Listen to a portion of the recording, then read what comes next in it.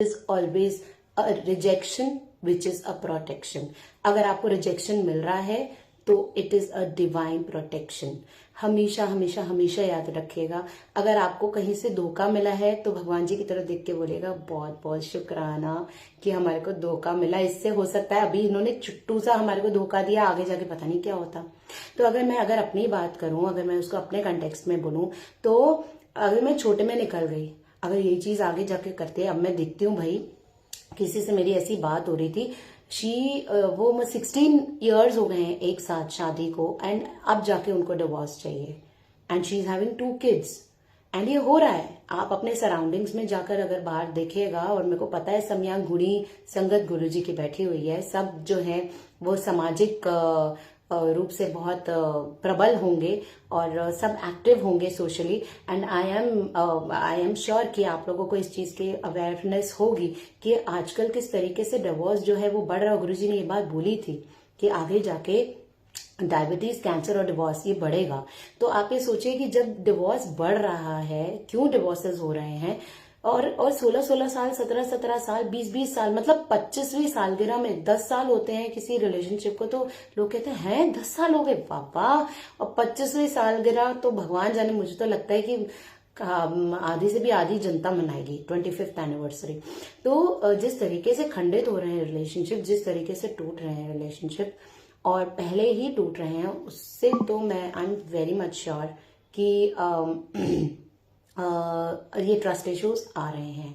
लेकिन always remember one thing कि अगर आपको रिजेक्शन मिल रहा है, there is always a divine protection. हमेशा भगवान आपकी प्रोटेक्शन कर रहा है। अगर आपको किसी ने भी धोखा दिया है तो भगवान का, गुरु जी का शुक्राना करें कि सच में अभी कुछ टाइम पहले मुझे किसी ने मतलब किसी से मुझे ऐसे, मैं ये नहीं कहूंगी कि मतलब धोखा मिला था, बट उन्होंने मुझे बहुत ये बोल दिया था कि हाँ चलिए, जैसे एक वो होता है ना बिजनेस डील, की चलिए ये करते हैं हम लोग साथ में, ये करेंगे, और ऐसे करके मतलब बहुत सारी चीजें उन्होंने कमिट करी थी मेरे साथ। एंड अल्टीमेटली जब वो चीज ऑन टेबल आई, बात आई, तो इट वॉज जस्ट क्या बोलूं ना, it was just a rough paper. It was just like a rough paper, it was nothing more than that कि हम बोले कि हाँ कुछ है, नहीं, it was just a rough paper, और वो कुछ हुआ ही नहीं उसका। तो रॉकेट उड़ने से पहले ही, वो रॉकेट जो है वो लॉन्च होने से पहले ही वो खराब हो गया। तो तब मैं उस टाइम के लिए 1 घंटा 2 घंटे मैं बहुत बड़ी उदास थी। मैंने कहा यार गुरु जी क्या कर दिया, 1 घंटा बड़ी लेकिन बाद में मुझे रियलाइज हुआ कि क्या पता ये आगे जाके चीज मेरे लिए ठीक नहीं होती। तो अच्छा हुआ ना आज उन्होंने धोखा दे दिया, मैं इतने पैसे लगा लेती, सब कुछ हो जाता, सारा सब कुछ हो जाता, उसके बाद मुझे धोखा मिलता, उस बाद में पिटने के बजाय मैं आज ही रो लूं कि वो खाली एक चीज एग्जीक्यूट नहीं हुई है, वो खाली एक धोखा मिला, या जिस तरीके से उनको ट्रस्ट इश्यूज हुए। तो I was just thinking this only कि ठीक है, अगर भगवान जी ने, अगर आपको गुरु जी ने कोई चीज दी है तो उसको एक प्रसाद। दूसरी चीज संगत जी क्या होती है कि अगर कोई ट्रस्ट इश्यूज हमारे साथ आ रहे हैं, या हमारे साथ कोई धोखा कर रहा है, तो वो हमारे लिए नहीं कर रहा, हमारे को धोखा नहीं दे रहा, वो खुद को धोखा दे रहा है। और हमें क्या लगता है कि हम अब मेरी लाइफ में जो मैंने नोटिस किया है वो ये है कि मतलब मैं ना, I am like a very giver. हमेशा से मेरे को ये लगता है कि यार एक सेवादार की तरह रहना चाहिए तुम्हारी लाइफ में। You should always be a giver, और मैं हमेशा ऐसे ही बिलीव करती हूँ। लेकिन उसकी वजह से क्या होता है कि सेल्फ डाउट्स आने लगते हैं, या मैं जो मेरी खुद की चीजें होती हैं, जैसे आपको कभी कभी सामने वाला जो है वो टेकन फॉर ग्रांटेड ले लेता है, तो ये भी बहुत इश्यूज होते हैं। तो गुरुजी की जर्नी में, गुरुजी के साथ हमें ये भी समझ आया कि हमारी सेल्फ वर्थ क्या है, हम कौन हैं, हम क्यों आए इस धरती पे, हमारा पर्पस क्या है इस धरती पे आने का। मैं सच बोल रही हूँ संगत जी, गुरुजी के साथ जुड़ने के बाद डिसिप्लिन लाइफ तो ही आई है, उसके साथ साथ ये भी हमें पता चला है, अगर हम सच में समर्पित रूप से गुरुजी के साथ जुड़ जाते हैं तो गुरुजी अपने आप हमारे पर्पस की तरफ लेके जाते हैं। हमें ये पता चल जाता है कि why we have come to this earth, मतलब हमारा रोल क्या है यहाँ पर आने का? क्या हम यहाँ पर सिर्फ अपने लिए आए हैं, आओ कमाओ और जाओ? नहीं, मुझे तो नहीं लगता। And for me, according to me, मुझे ऐसा लगता है कि हमें हमेशा एक चीज हमेशा याद रखनी चाहिए कि हम यहाँ पर अपने साथ साथ हम गुरुजी किस तरीके से अपनी प्लानिंग में ना कैसे करते हैं, हम मुझे सच में पता नहीं चलता। और हम लोग जब गुरुजी के साथ जुड़े नहीं थे ना, हम यही छोटी छोटी चीजों को लेके इतना सोचते रहते थे कि हाय हमारे को कितने लोग दुख गए। अभी जैसे मैं आपको जिनकी बात बता रही हूँ, उनको उनकी मदर इन लॉ से बहुत ज्यादा सुनने को मिला। तो अपर्णा आंटी, जय गुरुजी, शुक्राना गुरुजी महाराज का। और मैं सच्ची बोल रही हूँ अपर्णा आंटी, मतलब वो आंटी इतना ज्यादा रो रही थी। अभी 2-3 दिन पहले उनका कॉल आया था एंड शी वॉज, फिर उसके बाद वो यहीं आ गई थी एंड उनको ट्रस्ट इश्यूज हो गए थे अपनी मदर इन लॉ के साथ ही। मदर इन लॉ ने काफी कुछ उनको, जैसे घर में जैसी बातें हो जाती हैं, और कभी कभी क्या होता है कि घर में कभी कभी बड़े भी गलत होते हैं और बड़ों को नहीं पता चलता कि हमें क्या बोलना चाहिए क्या नहीं बोलना चाहिए।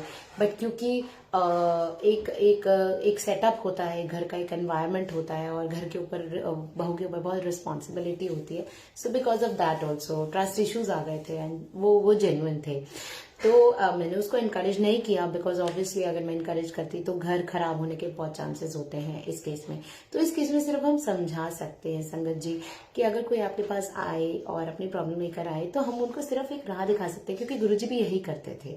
वो हमेशा बसाने की बात करते थे, घर बसाने की। अब मेरे केस में तो गुरु महाराज जी को कोई स्कोप ही नहीं दिखा होगा शायद, तो गुरु महाराज जी ने इतनी बड़ी ब्लेसिंग दे दी कि उन्होंने डिवोर्स से मेरे को ब्लेस कर दिया। लेकिन मैं सच बोल रही हूँ संगत जी, मैंने बहुत सारे ऐसे घर देखे। मैं अगर आपको अपनी जर्नी की अगर बात करूं तो मेरी जर्नी बड़ी इंटरेस्टिंग सी रही है। मतलब एक अननोन होती है ना, मिस्टीरियस सी एक अननोन जर्नी। जैसे मुझे नहीं पता था कि मैं कहा, मुझे कॉलिंग आ रही है गुरु महाराज जी की, मुझे पुल हो रहा है गुरु महाराज जी का। हालांकि जैसे मैंने सबको पहले भी बता रखा है संगत में, अपनी जर्नी में मैं हमेशा बताती हूँ कि गुरु महाराज जी के साथ बहुत टाइम पहले से जुड़े हुए थे। लेकिन एक होता है ना, एक टाइम नहीं आता, डिवाइन टाइम था ही नहीं, माड़े कर्म इतने थे कि वो वहां तक हम पहुंच ही नहीं पाए। तो एक हमारी जस्ट सामने एक आंटी रहती हैं, उनको गुरु महाराज जी ने इतना प्यारे 3 चोले ब्लेस कर रहे हैं और वो अभी भी उसमें से इतनी खुशबू आती है अगर उसको खोलो तो मतलब इतना वंडरफुल। मतलब आप ये कह लीजिए कि हम स्वर्ग के इर्द गिर्द थे, लेकिन हम स्वर्ग से इसलिए भाग रहे थे क्योंकि असली में हम लोग नर्क में थे। हम लोग स्वर्ग नर्क की बात करते हैं कि हम मरने के बाद जाएंगे, नहीं, ये यही है, ऐसा मुझे लगता है। क्यों? क्योंकि ये जो है ना, अगर हम अपने दुखों में भी वो स्वर्ग ढूंढ पा रहे हैं, वो खुशी ढूंढ पा रहे हैं, वो पीस ढूंढ पा रहे हैं, वो एक कहते हैं ना, एक समर्पण ढूंढ पा रहे हैं, तो मिलता है तो हम भाग जाते हैं। कभी जैसे होता है ना, क्या बोलते हैं उसको, बंक मारना। तो मेरी इतनी अच्छी फ्रेंड बनी थी, वो सिखनी थी, और दूसरी एक और मेरी फ्रेंड थी, वो भी पंजाबी थी। तो हम तीनों के तीनों ना गाड़ी उठाते थे और बंगला साहिब गुरुद्वारे के पीछे लंगर करने, या फिर हम लोग शीशगंज गुरुद्वारे, हम लोग यही सब करते थे, या किसी मंदिर चले गए या कहीं चले गए। तो मतलब गुरु महाराज जी की कृपा से गुरु महाराज जी ने कभी भी कुछ मतलब मैं अपने आप को बड़ा गुडी नहीं दिखाऊंगी। मैं इसमें भी गुरु महाराज जी की ही कृपा बोलूंगी कि गुरु महाराज जी ने शुरू से ऐसी ही संगत रखी कि वो वहां तक पहुंचने में ना बहुत आसानी लगी। जैसे मैं जब छोटी थी तो मेरी नानी जो थी, वो उन्होंने राधा स्वामी जाती थी, वो राधा स्वामी थी और राधा स्वामी सत्संग जाती थी वो। तो सत्संग घर जाने से पहले मैंने ऐसे किसी को नहीं वो किया हुआ था, लेकिन ये था मेरे दिमाग में कि अच्छा नानी जा रही है, तो नानी को ये लगता था कि नई लड़कियां हैं और लड़कियों को तो ऐसी जगहों पे जाना चाहिए। तो नानी लेके जाती थी, वहाँ अच्छी अच्छी बातें सुनने को मिलती थी, झूठ नहीं बोलना चाहिए और ऐसे नहीं करना चाहिए, और अच्छा बन के रहना चाहिए। तो मतलब अच्छी अच्छी बातें सुनने को मिलती थी, लेकिन ये नहीं पता था 4 कदम छोड़ के हमारे गुरुजी जो अल्टीमेट डेस्टिनेशन होंगे हमारे, वो हैं। तो वक्त होता है खैर।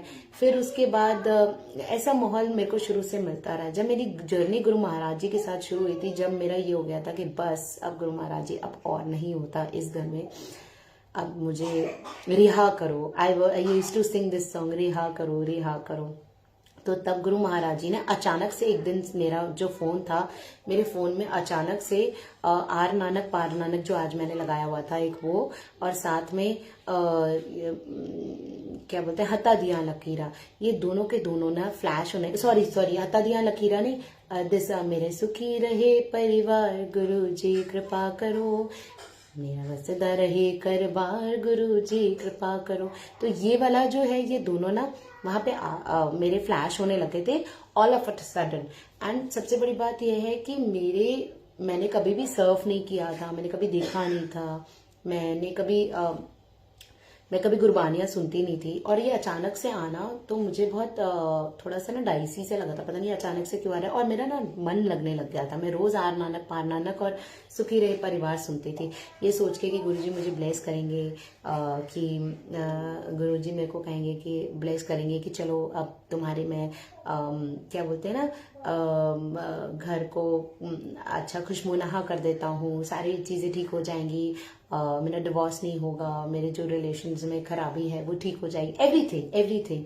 तो आई वाज जस्ट थिंकिंग कि यार गुरु महाराज जी आप ऐसे ही ब्लेस कर दोगे ना मुझे, तो लेकिन क्या हुआ, उसका उल्टा हुआ। जैसे ही बड़े मंदिर गई, विद इन उसके कुछ ही टाइम बाद आई वॉज बैक है, एंड सारी की सारी चीजें अपने आप कैसे होती रही मुझे पता